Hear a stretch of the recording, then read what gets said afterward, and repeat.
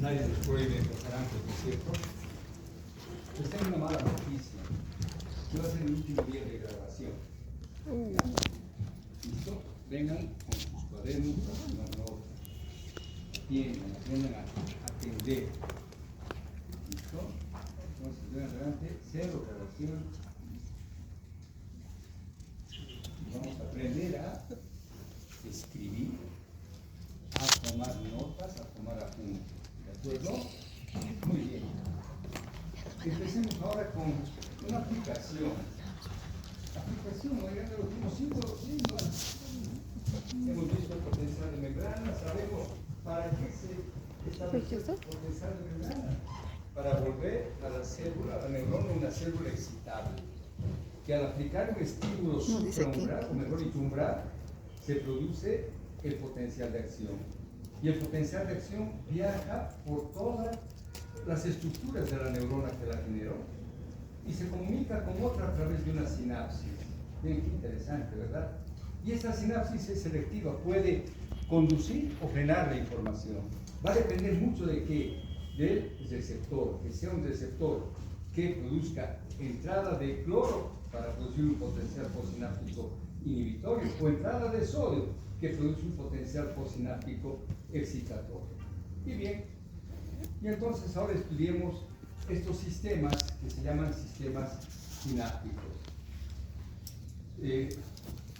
Los sistemas sinápticos están referidos al neurotransmisor.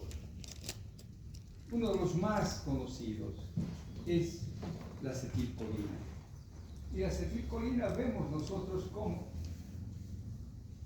se forma a partir de dos sustancias interesantes, la colina y la acetilcoenzima A. Estas se unen gracias a esta enzima que es la colina acetiltransferasa. La colina acetiltransferasa une entonces las dos moléculas y forma la acetilcolina. Muy simple su formación.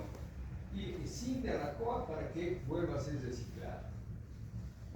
Por todo el proceso que conocemos, la acetilcolina toma sobre contacto con sus receptores y es expuesta a una enzima para ser catabolizada. Bien, entonces tenemos nosotros la acetilcolinesterasa, enzima que va a degradar. No se confunda. Colina acetiltransferasa permite la unión de la colina más la acetilcoenzima A, mientras que la acetilcolinesterasa desdobla otra vuelta en acetato y colina. Y la colina es recapturada, es una enzima cara para nosotros, por lo tanto la tenemos que recaptar. Bien, sigamos. Y lo interesante de esta molécula de la acetilcolina es que tiene dos tipos de receptores. Por una parte mencionamos acá el receptor nicotínico. Ya pueden ustedes imaginarse, o mejor dicho, deducir que este receptor nicotínico es un receptor ¿de qué tipo? Iónico, ¿verdad? Hemos hecho una diferenciación entre receptor iónico y metabotrópico. Y acá vemos que el receptor, se están acabando mis pilas, no importa, ya más acabadas, no importa, vemos entonces a la acetilcolina que se une y permite el ingreso de sodio, por lo tanto, este tipo de receptor será un receptor excitatorio o inhibitorio. Excitatorio, ¿no es cierto? No tenemos dónde perdernos. Receptor excitatorio. Receptor nicotínico, que es un receptor iónico. Recuerden, receptor nicotínico, receptor iónico. Y existe otro tipo de receptor para la acetilcolina y es un receptor muscarínico o metabotrópico. Vemos nosotros qué complejo es muy diferente, pero ya lo hemos visto en la anterior clase.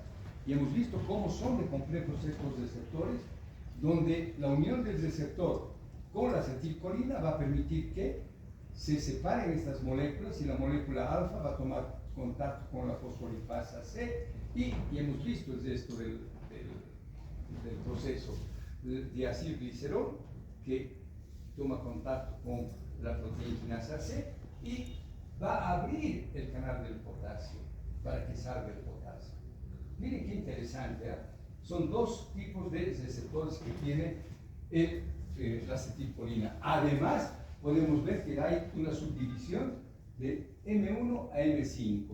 M1, M3 y M5 son acoplados a la proteína G excitatoria. O sea, vean, qué interesante aquí. La acetilcolina es excitatoria y es inhibitoria, dependiendo de qué receptor tiene. Cuando se acopla a los receptores M1, M3 y M5, son o es excitatoria. Va a permitir el ingreso de sodio y la transmisión del potencial de acción. Cuando es acoplado a estas otras dos, ahora sí, proteínas pares, M2 y M4, va a producir el freno del potencial, porque estos dos receptores, M2 y M4, son receptores inhibitorios. Entonces, no es el neurotransmisor quien es inhibitorio o excitatorio, es el receptor quien define el comportamiento de quién, del neurotransmisor. La acetilcolina tiene dos receptores, nicotínico y muscarínico. El nicotínico lo vamos a estudiar principalmente en la unión neuromuscular. Bien, muscarínico, mucho más complejo, es un receptor metabotrófico donde se describen 5 receptores. Los impares M1, M3 y M5 son receptores excitatorios. M2 y M4 son inhibitorios. Bien, y acá tenemos el sistema, estamos hablando de un sistema interesante. Parte desde este locus ceruleus es fabuloso. La mayoría de los sistemas van a partir desde este núcleo y se dirigen a la corteza cerebral, se dirigen al tálamo, al hipocampo. Tiene una amplia conexión, puede tener además una conexión descendente. Vaya, tiene una amplia conexión este sistema sináptico colinérgico, pero primordialmente nos va a interesar en un futuro. Cuando ustedes, por ejemplo, estudien la enfermedad de Alzheimer en neurología, van a ver que uno de los neurotransmisores más importantes en la prevención, o mejor en el comportamiento humano, es justamente la acetilcolina. Y los medicamentos han sido dirigidos como medicamentos dirigidos a esta vía. Bien, seguimos adelante y entramos ahora a otro neurotransmisor, un poco más complejo en su formación, pero es bueno tener en cuenta, tomarlo en cuenta.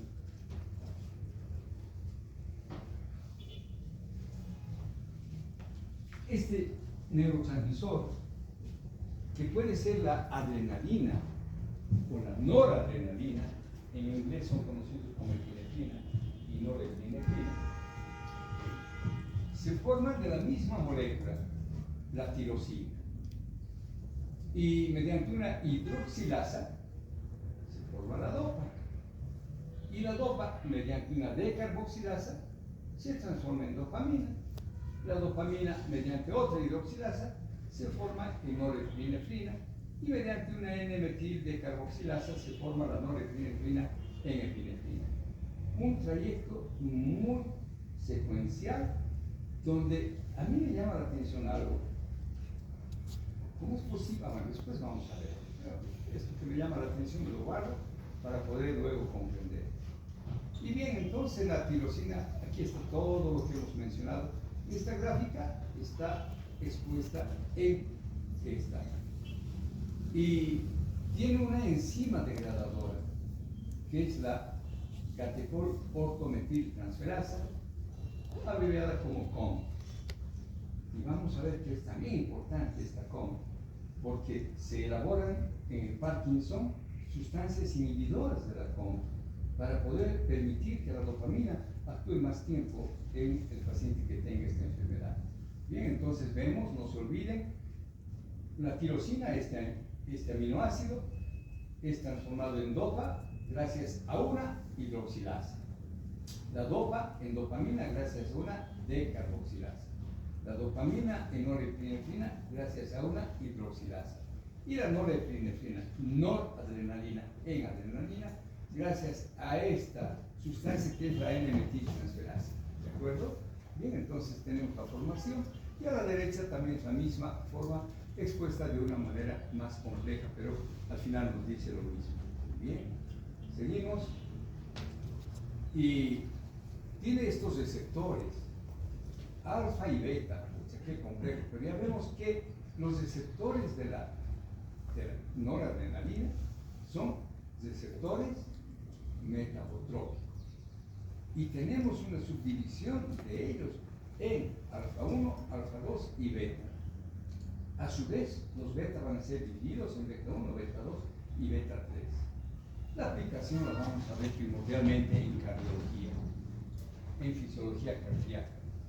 Ahí vamos a ver, o vamos a ver también cuando hagamos sistema nervioso autónomo. Sistema nervioso autónomo que nos permite comprender una serie de funciones muy interesantes. Pero ahí vamos a ver los receptores noradrenérgicos, alfa 1, alfa 2, beta 1, 2 y 3. Bien. Seguimos adelante. Y al igual que el sistema colinérgico, este sistema adrenérgico o noradrenérgico, ojo, noradrenalina primordialmente en el cerebro, adrenalina primordialmente periférica. ¿Ya? Locus cerúleos y núcleo caudal del rato. Dos núcleos que van a dar origen al sistema noradrenérgico.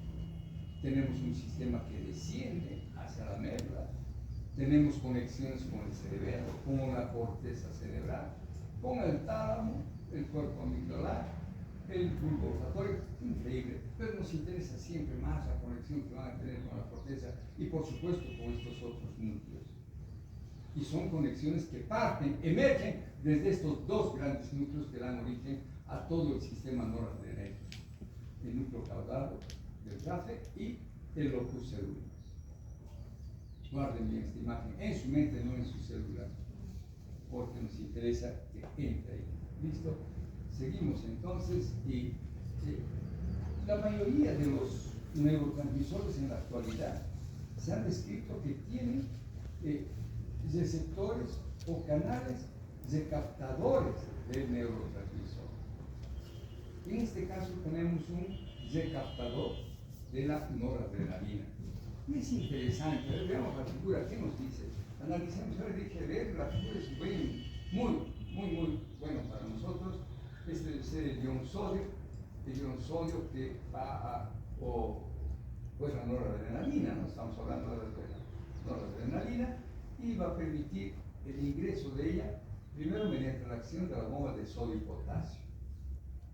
Bien, ingresa, se va a ver cómo ingresa la noradrenalina, pero hay un recambio con el ion sal, y luego se cierra. Potasio en azul, sodio en rojo y cloro en negativo. Pero es una bomba casi triónica, porque va a generar una alteración en el gradiente químico. Es interesante esta forma de captura. Bien, sigamos adelante, no nos voy a complicar, mejor diré. Y luego entramos a este otro que es la dopamina. ¿Cómo se forma la dopamina? Tirosina. Por la tirosina. Desde la Tirosina. Que la transforma en dopa, gracias a una hidroxilasa. Esta dopa se transforma en dopamina gracias a una decarboxilasa. ¿Y por qué no se forma en noradrenalina? Porque no tiene como. La respuesta es lógica. Seguramente en esa neurona no existe una hidroxilasa que la transforme dopamina a noradrenalina. O sea, ya no hay esa enzima. Dopamina y hidroxilasa no hay. Y por lo tanto vamos a tener en esa célula, en esa neurona, la dopamina. Ya no se forma la noradrenalina. ¿Estamos de acuerdo? Es muy importante porque uno se rompe la cabeza y dice, pero si tiene la misma forma de síntesis, si tiene el mismo sistema, ¿por qué en esa neurona no encuentro noradrenalina o adrenalina? Y la respuesta es muy simple, pero lógica. No se transforma en noradrenalina porque no tiene una dopamina decarboxilasa, o mejor dicho, una hidroxilasa, ¿cierto? Bien. También estos receptores, ahí está tridimensionalmente, se ha podido establecer que tienen esta forma de receptor. Es un receptor metabotrópico. Y tenemos receptores de la 1 a la 5. De 1 de 5 son excitatorios, los impares son excitatorios y los pares son inhibitorios, incluyendo el D3. Excitatorio significa siempre permitir el paso de la sustancia, permitir el ingreso del sodio. Inhibitorio, permitir el ingreso de cloro o la mayor salida de potasio. Es frenar la información. Tenemos que estar en un equilibrio permanente, constante nosotros. Y bien, seguimos adelante y entonces tenemos la dopaminérgica. Y les vuelvo a repetir, aquí está la formación muy simple: tirosina, dopamina. No se transformó en noradrenalina porque no tiene esta sinapsis, esta terminación sináptica, carece de esa enzima transformadora de la dopamina a noradrenalina. Y luego tenemos todo el sistema que hemos visto. Es muy interesante. A mí me llama la atención todo este sistema y nombramos a estos receptores porque se han ido conociendo de acuerdo a es increíble, de acuerdo a la práctica farmacológica, porque algunos medicamentos que se elaboraron tenían respuestas incompletas, entonces se vio de que habían receptores diferentes, y es la farmacología que ha generado el descubrimiento de los diferentes tipos de receptores en estos sistemas. Bien, la vía dopaminérgica parece un poquito más corta, pero esta vía dopaminérgica la vamos a estudiar primordialmente luego, cuando ustedes hagan neurología. Nos va a interesar mucho en el Parkinson, porque parte desde la sustancia negra. La sustancia negra es el principal núcleo que elabora la dopamina. Y en el Parkinson, esta sustancia negra comienza a degenerar y por lo tanto el paciente tiene menos dopamina y comienza a presentar los síntomas que en motricidad vamos a observar.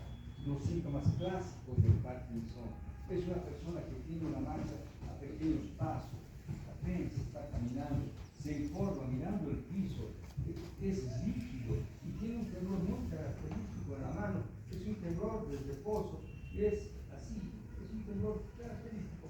Y si le damos la cara, además de tener una cara un poco seborreica, es una cara anímica, como ustedes, que nunca expresan si está feliz y contento. Si han estudiado o no estudiado, ¿cuánto tienen? Pérez tiene 0. Ya, doctor. Pérez tiene 100. Ya, doctor. Igualito, no hay emoción. Claro, ustedes son Averinos y Yani. Se han enseñado que todos son iguales. Pero se olvidaron algo, oigan, y lo repito. Todos somos iguales ante Dios y a las leyes. Pero somos diferentes en conocimientos. Ahí sí, hay gran diferencia. Entre ustedes, oigan, hay muchachos que tienen altas características de matemáticas, otros de historia, otros de geografía, otros hablan muy bien, otros son más callados. Somos diferentes en conocimientos. Bueno, pero aquí, ya luego de ese spot publicitario, vamos a ver la vía dopaminérgica. Les decía, nace primordialmente en la sustancia negra y a su lado está el núcleo o el área ventral tegmental, mesencefálica. Y tenemos tres vías. La primera se extiende desde la sustancia negra al núcleo caudado o cutámeo, todo este sector, y está en relación con estímulos sensoriales y los movimientos. La segunda vía se proyecta desde este tegmento ventral a la parte mesolímbica, y se piensa que está asociado, esto nos interesa sobre todo con la conducta emocional. Sí, el Parkinson es interesante, puede entrar en depresión, fuera de la parte motora tiene otros trastornos. La tercera vía, conocida como túbero infundibular, parte aquella es cortita, está en relación con el control neuronal del sistema hipotálamo hipofisal. O sea, va a controlar la dopamina, va a controlar el funcionamiento de las neuronas que se encuentran en el hipotálamo y va a depender entonces las respuestas que tenga sobre la hipófisis. Una vía interesante, ¿no es cierto? Vean, ¿a dónde se ha dirigido? a toda la corteza como los anteriores neurotransmisores. No, se ha dirigido primordialmente y está remarcado, se ha dirigido hacia el área frontal y más específicamente al área prefrontal. La corteza prefrontal está recibiendo el mayor número de conexiones que vienen desde la sustancia negra. O sea, el sistema dopaminérgico tiene su mayor expresión en el sistema prefrontal. Seguimos adelante y vamos a otra. Está de moda, oigan muchachos, está de moda la depresión, la ansiedad. ¿Quién no tiene acá? Ay, estoy con estrés, estoy ansioso, tengo ansiedad, estoy deprimido, no sé, me he ido mal en mi vida. ¿Y por qué? Porque no he estudiado, porque mal. ¿Y tú estás feliz? Sí, muy feliz. ¿Y por qué? 100 en fisiología. ¿Y por qué? Porque estudié. Bueno, no es bien reído, nada, ustedes son inexprensivos. Tienen una fase de póker, jugadores de póker. Están así, siempre así. Es cierto, claro, mis chistes deben ser malos, pero no, sí siguieron. Y no es un chiste, pero siguieron. Caramba, qué muchachos, oiga. Yo quisiera tener esa juventud de hacer, no mía, yo no, porque si no, esa población de estudiantes que venían hace 20, 25, 30 años, caramba, eran dinámicos, oigan, era una población estudiantil contestataria, y no malcriados, sino eran muchachos que estudiaban, era una población estudiantil diferente, nunca faltaban a clases, presentaban sus trabajos personales, no había IA, por lo tanto no había esa copia, y tampoco copiaban al vecino. Bueno, pues aquí vamos a ver, nunca hay que vivir del pasado, sino disfrutar el presente para planificar el futuro. Bueno, les decía, esto es una introducción porque la principal aplicación de esta sinapsis serotoninérgica en la actualidad está en un trastorno ansioso y un trastorno depresivo. Porque la mayoría de las sustancias van a actuar sobre la recaptación justamente de este neurotransmisor, la serotonina. Ahora sí, hemos visto que la adrenalina, noradrenalina y dopamina se sintetizan desde el mismo aminoácido, comparten la misma vía de formación y lo que los diferencia para tener o no ese neurotransmisor es la enzima que degrade a la precedente. Esta se forma en otra, es la sinapsis serotoninérgica y se forma a través de este aminoácido, el triptófano. Y es bien cortita su formación. Una hidroxilasa, recuerden, una hidroxilasa le pueden poner el apellido triptófano, hidroxilasa, va a formar el 5-hidroxitriptófano.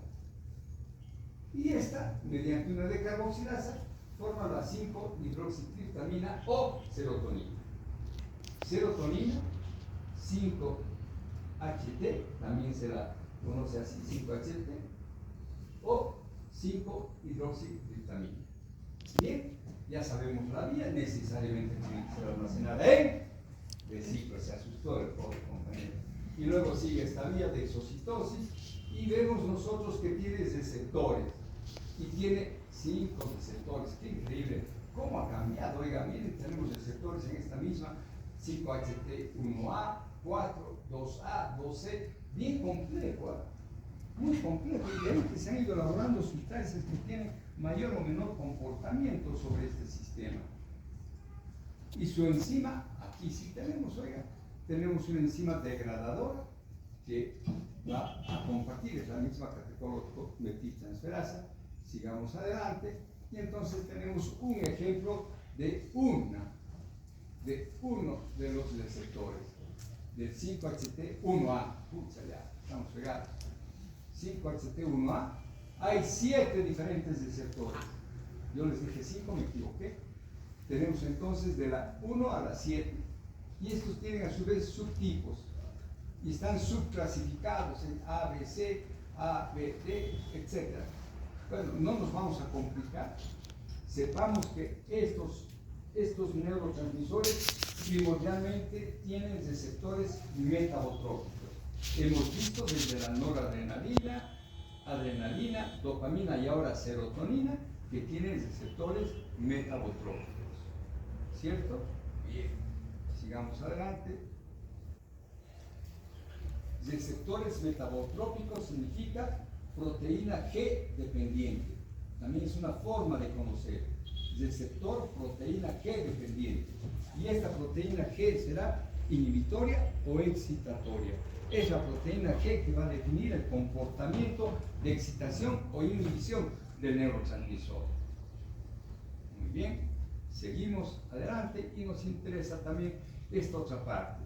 Y la serotonina se divide, o mejor dicho, se dirige a la médula espinal, se dirige al cerebro, a toda la corteza sin excepción, no tiene el comportamiento selectivo como habíamos visto anteriormente, se dirige a todos, bien, es poco selectivo, pero nos interesa aquellos que se van a dirigir a este sector que es el sistema límbico para poder dar sus características primordiales de aplicación. Bien, ya hemos mencionado esta parte, hemos mencionado cómo se forma, no, ya no, perdón, esto ya no, esto corresponde a otro.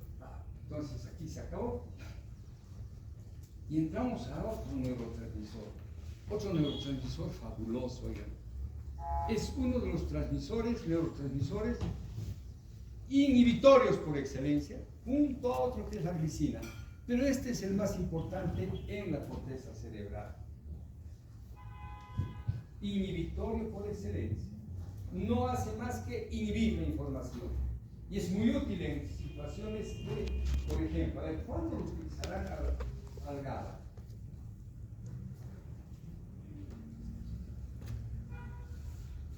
¿Cuándo utilizarán?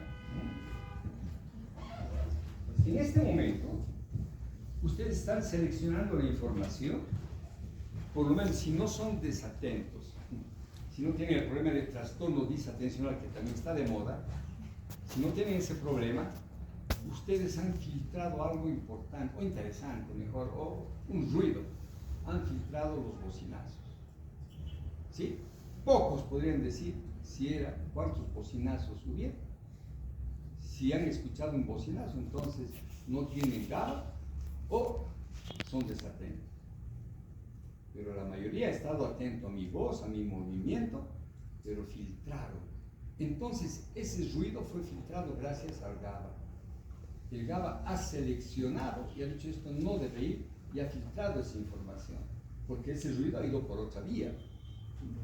Bien, utilizamos entonces de una manera importante la filtración de estímulos y nos interesa filtrar y seleccionar. Filtrar cierta información que es errada.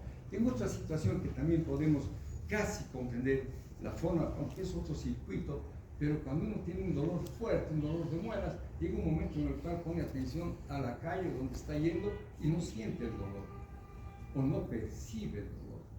Entonces el GABA es utilizado primordialmente en una patología, en la epilepsia. Y uno de los principales mecanismos al inicio de investigación fue justamente sobre este neurotransmisor para poder inhibir potenciales excitatorios y permitir que los inhibitorios estén arriba. Bien, entonces estudiamos al GABA y el GABA, que es fabuloso también.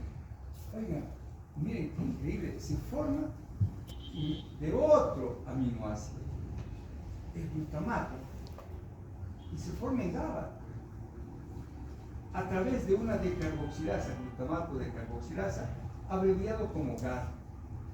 Es muy sencilla la formación, pero es fabulosa por otra razón, ya van a ver luego.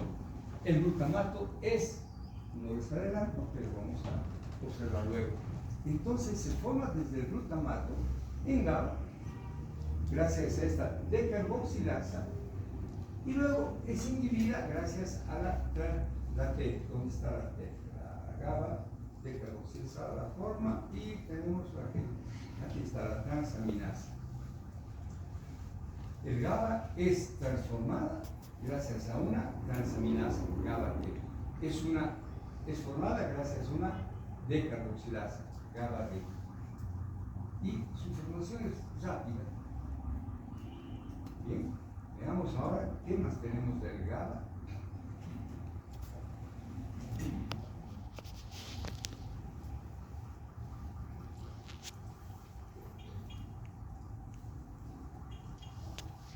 ¿Qué puede ser? Es bastante diferente a los otros, ¿cierto? Dopamina, noradrenalina, adrenalina. Tenían dos núcleos que los formaban. Pero aquí, ¿hay un núcleo? No. Hay varios núcleos que forman el GABA y forman circuitos inhibitorios muy diferentes, ampliamente difundidos.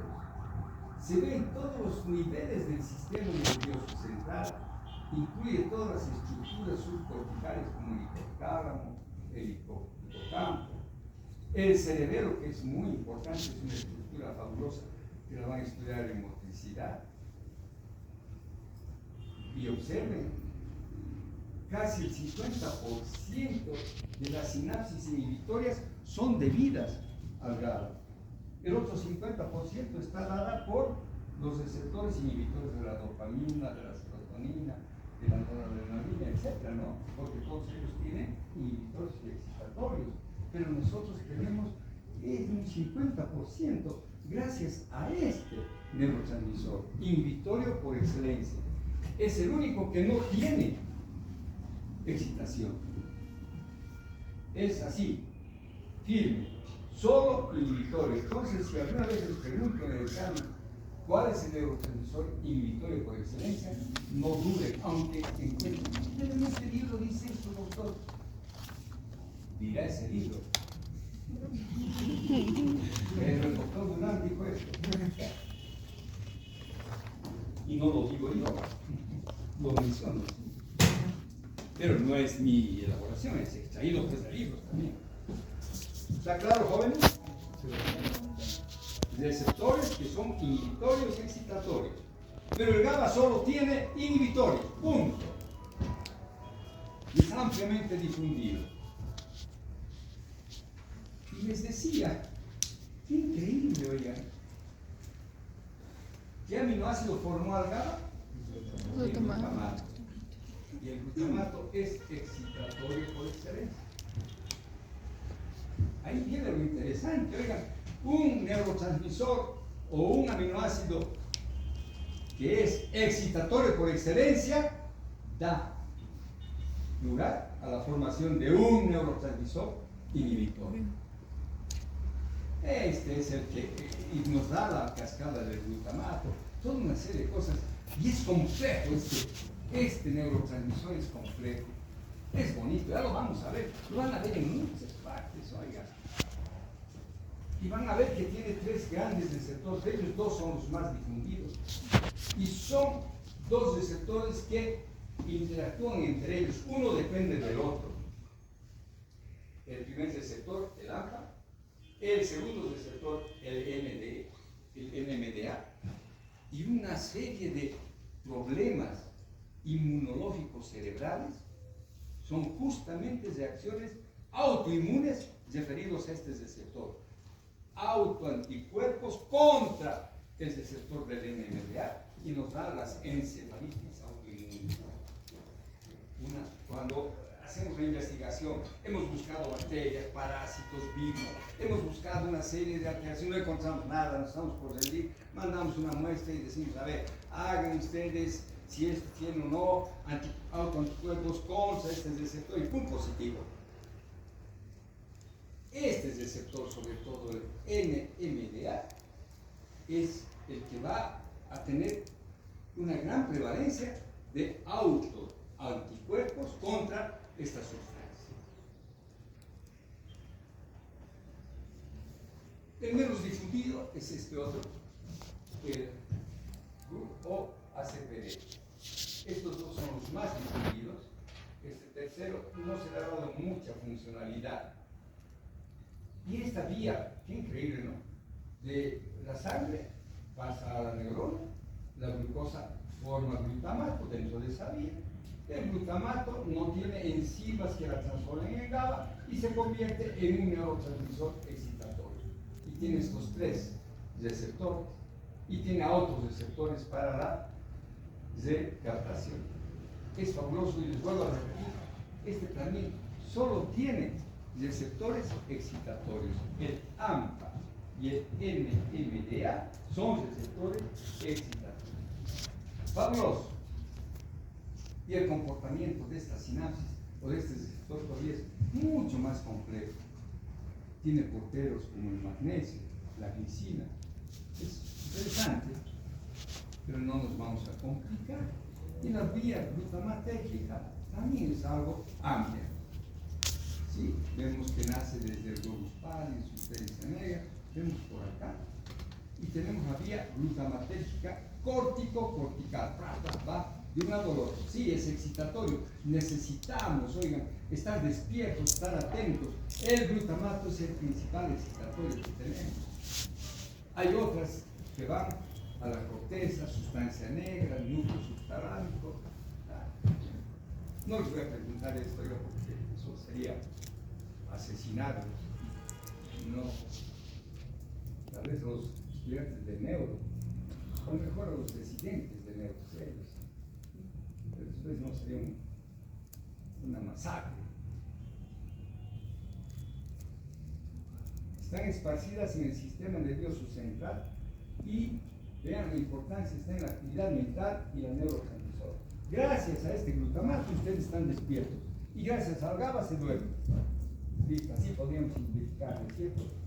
Glutamato excitatorio por excelencia, GABA inhibitorio por excelencia.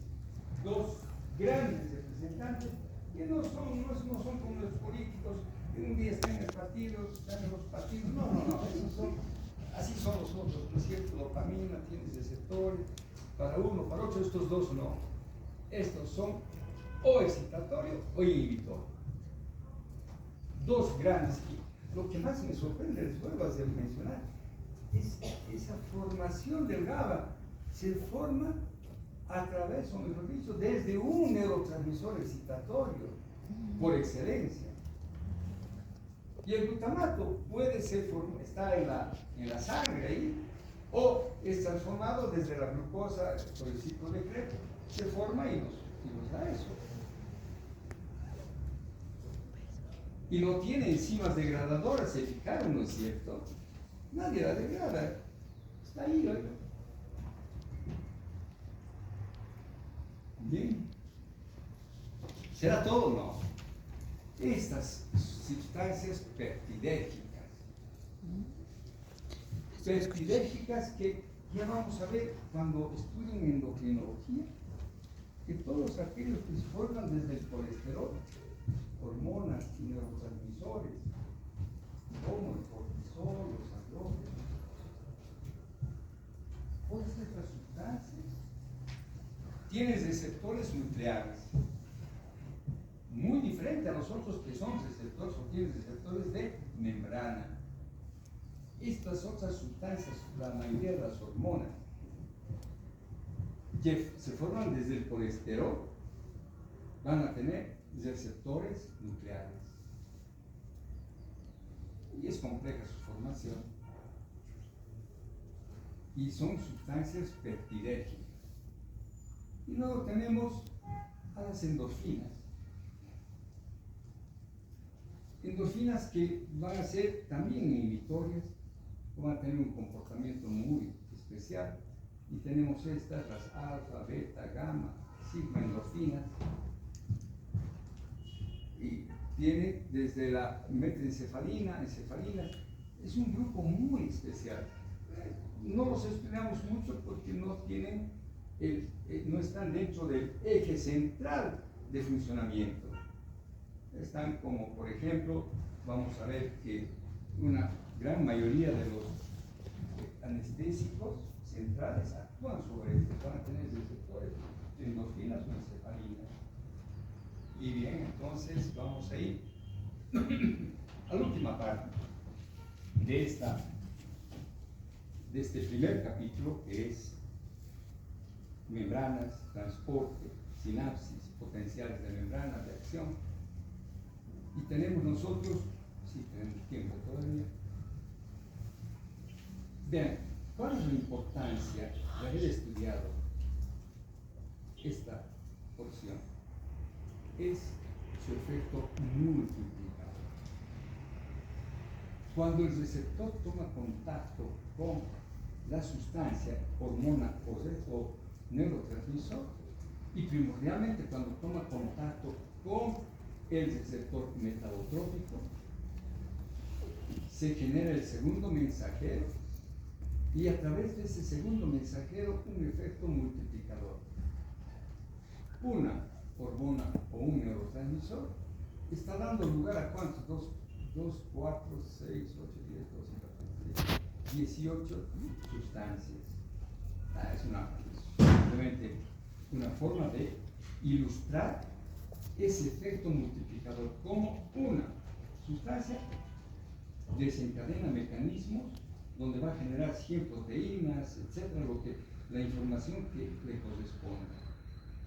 Esa es la utilidad de comprender el neurotransmisor y su receptor. Bien. A ver, veamos esta figura. Vamos a leer hoy.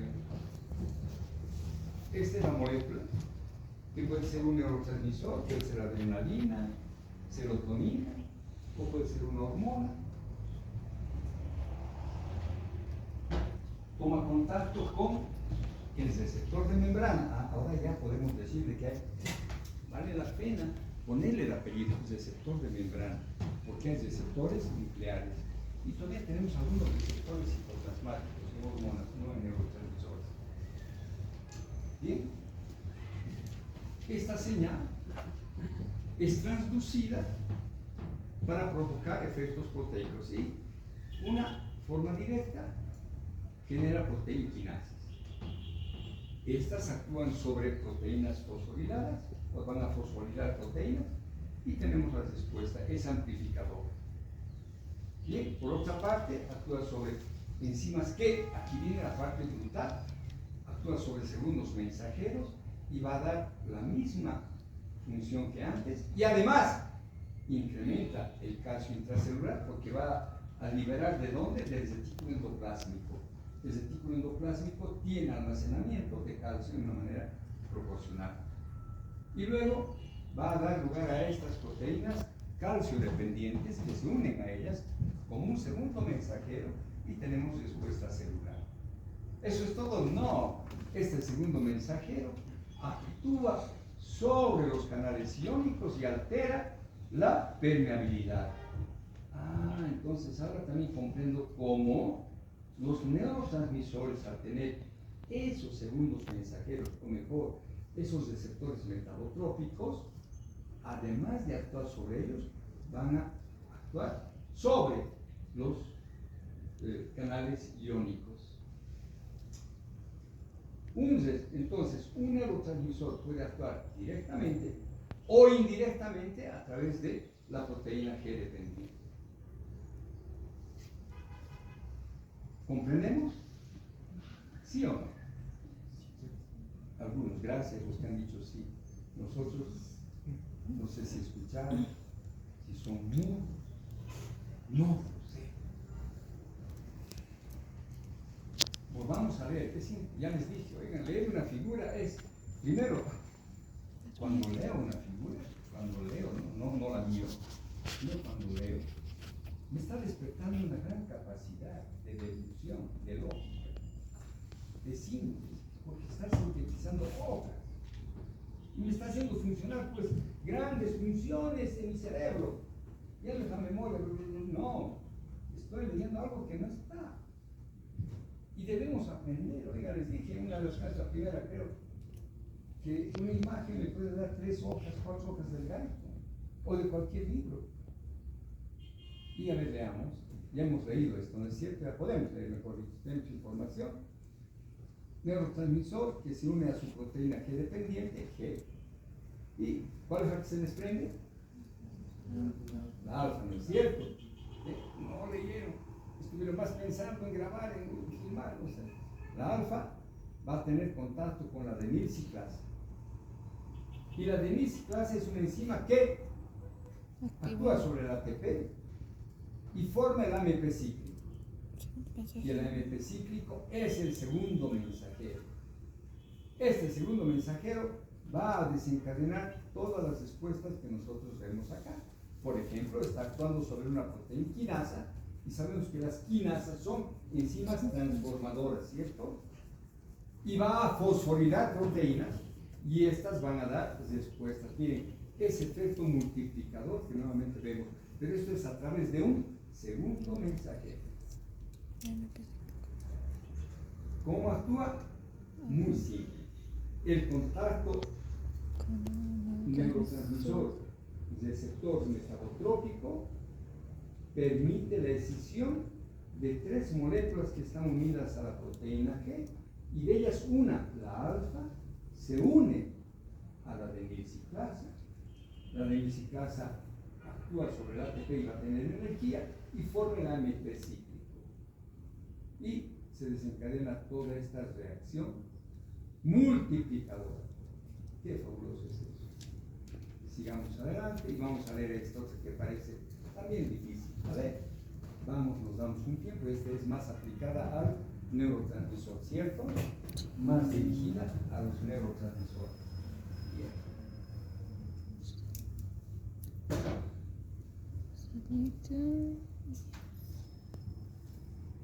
Tenemos dos posibilidades de este neurotransmisor: que actúe sobre el canal iónico y nos produzca o el potencial excitatorio o sináptico o inhibitorio, ¿cierto? Todo eso es un camino directo. La otra posibilidad está que el neurotransmisor tenga un receptor metabotrópico, como hemos mencionado, y va a actuar o va a activar el segundo mensajero, modifica las enzimas o proteínas reguladoras y va a dar una respuesta coordinada. Bien, esa es una vía que la conocemos, pero me interesa más esta otra vía. Este segundo mensajero va a actuar sobre estos canales, puede interferir, abre o cierra estos canales iónicos, pero además, oigan, bueno, puede producir entrada o salida de sodio y nos va a producir lo mismo, el inhibitorio o el excitatorio. Qué fabuloso, oigan, qué increíble. Entonces ahora comprendo cómo la dopamina, teniendo receptores metabotróficos, puede actuar sobre los canales iónicos, permitiendo la entrada o salida de sodio, de cloro, formando o generando potenciales postsinápticos excitatorios o inhibitorios, ¿cierto? Pero de una manera indirecta, no directa. No está actuando sobre el canal iónico, sino de esta manera indirecta. Qué fabuloso es, oigan. Eso es lo que me encanta de la neurofisiología. Y estoy imaginándome ese flujo de iones. Por eso les decía, leer estas figuras es muy importante para nosotros. La fisiología no es una ciencia muerta. La fisiología no ve gusanos. La fisiología no ve heces. No está ahí, ¿cuál sería? Algunos estudiantes vienen estudiando, pero de punta a cabo, oigan, parasitología. Y les digo, ¿les gusta ese olorcito? Porque están felices de estudiar eso. No estoy en contra de esta materia. Les gustan los cocos, los estreptococos, debe ser por las figuritas, oigan. Y bueno, tienen que estudiar bioquímica, no sé si les gustará, pero están con bioquímica. Pero esta mi fisiología, entonces dije un día, ya sé lo que pasa. No le tiran pelota a mi fisiología, ¿por qué? Porque no la comprenden, pues, oigan. Simple, si yo no comprendo algo, pues no pongo atención, me voy. Entonces compréndanla, jóvenes. Pongan atención, lo que les estoy explicando es muy importante. Estamos desarrollando capacidades neuronales de síntesis, lógica, deducción, además de la memoria que ahora tienen desde chicos, oigan. Pero desarrollen estas otras capacidades intelectuales. Muy bien, siempre hay una propagandita. A ver, esta otra parece que es lo mismo. Señal, receptor de membrana, y este tiene la capacidad de ir directamente, ¿cierto? Y lo que hemos visto anteriormente, entrada o salida del ion, y la respuesta eléctrica, que puede ser PPC o PPCI. Bien, vía directa. ¿Qué más ha hecho este? A ver, ha activado la proteína G y puede alterar esto. Sí, hemos visto en la anterior imagen. Bien, ¿qué más hace? Se va a este lado, activa o inhibe enzimas amplificadoras. Sí, por ejemplo, la de lipiciclasa. Y luego interviene sobre el segundo mensajero. ¿Y el segundo mensajero qué hace? Puede ir directamente, o ahora puede ir a alterar la señal de la membrana iónica, pero además actúa sobre otro neurotransmisor, o mejor dicho, sobre otro segundo mensajero, que es el calcio, que está generalmente almacenado en el retículo endoplásmico. Y va a actuar este calcio para formar señales eléctricas. Bien. ¿Qué pasó además? Eso es todo, 1 o 2 vías. El segundo mensajero activa este sistema de proteoquinasas. Hemos visto que altera las proteínas y tiene esta formación de la respuesta celular. Otro segundo mensajero, la tiroquinasa. Y vemos luego que esta respuesta celular, acá viene la parte importante. O sea, ¿qué me importa que entró sodio, salió sodio, que hizo esto, hizo lo otro? No, oigan, las respuestas, ¿qué son? Genera proteínas motoras, actina, miosina, por ejemplo. Activa las enzimas para que se desencadene otra serie de respuestas. Genera nuevos receptores de membrana y transportadores. Y va a alterar la información genética, por ejemplo. Nos está dando una abreviación de lo que significa el actuar con estos neurotransmisores a través de vía directa o segundos mensajeros por los receptores metabotrópicos. Seguimos adelante. Y entonces el doctor Durán les dice: tengan un buen viernes, pero un buen viernes, no el viernes de solteros, sí son solteros, pero no, oigan, estudien, chicos, estudien. Quiero que sean los mejores estudiantes de fisiología que he tenido en los últimos tiempos. Pero si van a seguir grabando y van a sentir que los padres, oigan, tengan esa información, no es justo. Ya, por eso desde el lunes vengan con su lápiz, su buen cuaderno y tomemos apuntes. Si hay algo que no han podido apuntar, me interrumpen y me dicen. ¿De acuerdo? Pero tienen que ser los mejores. Como decía un profesor, oigan, de colegio, tienen que ser chicos, pero dinamita. ¿Lo lograrán? Pero oigan, mudos. Hasta el lunes, nos vemos el lunes.